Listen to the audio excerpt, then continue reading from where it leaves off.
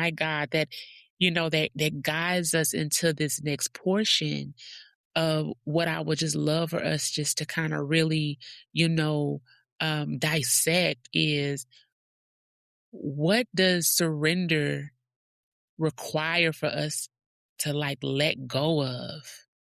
Like we have to let go of something in order to truly surrender. And what was the first thing you realized that you had to let go of when you decided to reposition? I have to keep going back to my own thinking, but I will also say, like, my pride. I Mm, was a Pharisee and I didn't know it. my God. You know what I mean? I'm just Can gonna we keep it 100 pause with right you. there? And it was a righteous, a righteous a righteous one. So I had to let go of the arrogance, the secret arrogance that I had. And I don't know that I knew it until I started to seek him and recognize, wait a minute, I was the one that he left the 99 for.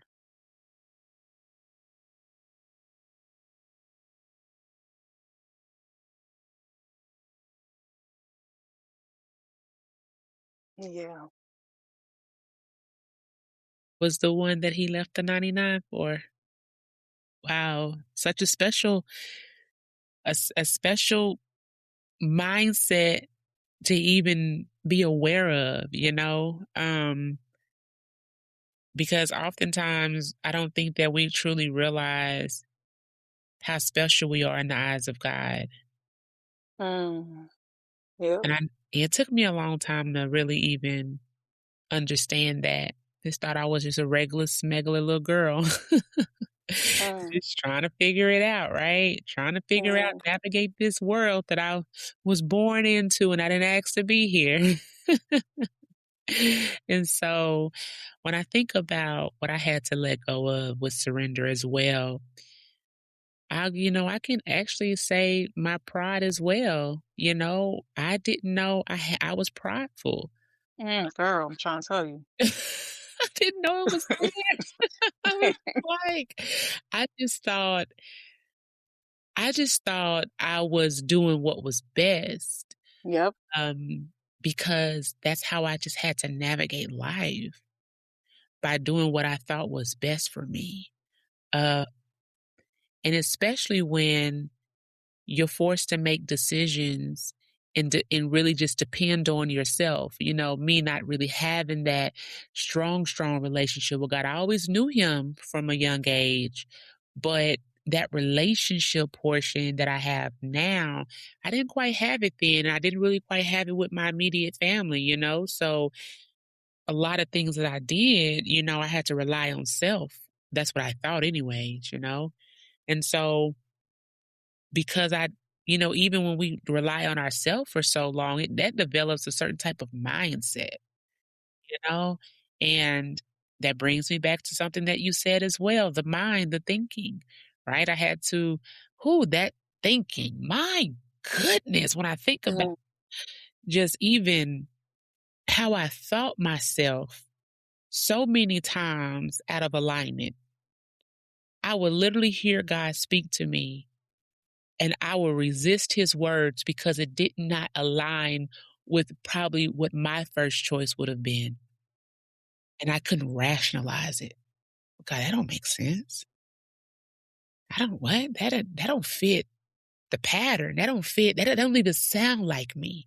That's not how I'll move.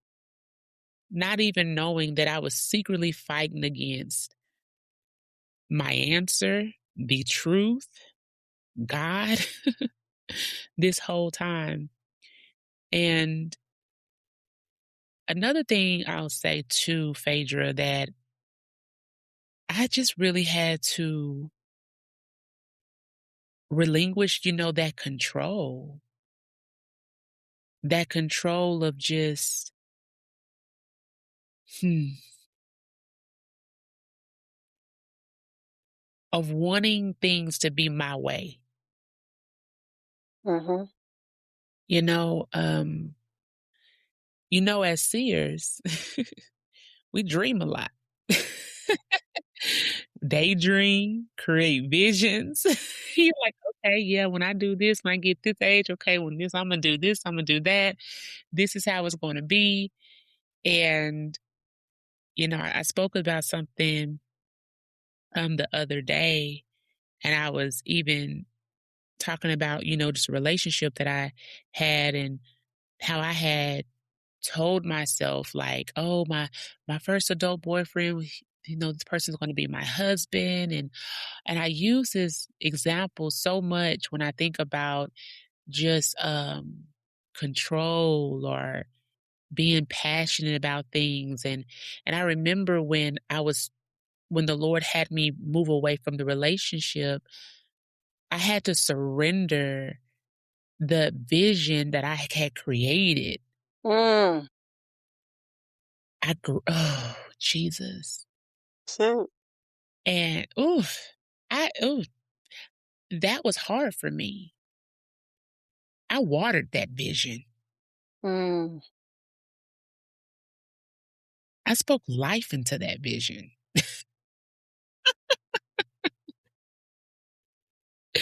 Leave it? What? Mm. Mm. What do you mean? What are you talking about right now? Like, that was difficult for me. That was difficult for me. And so when I think about surrender, it deals with that heart posture, you know? It deals with that heart posture.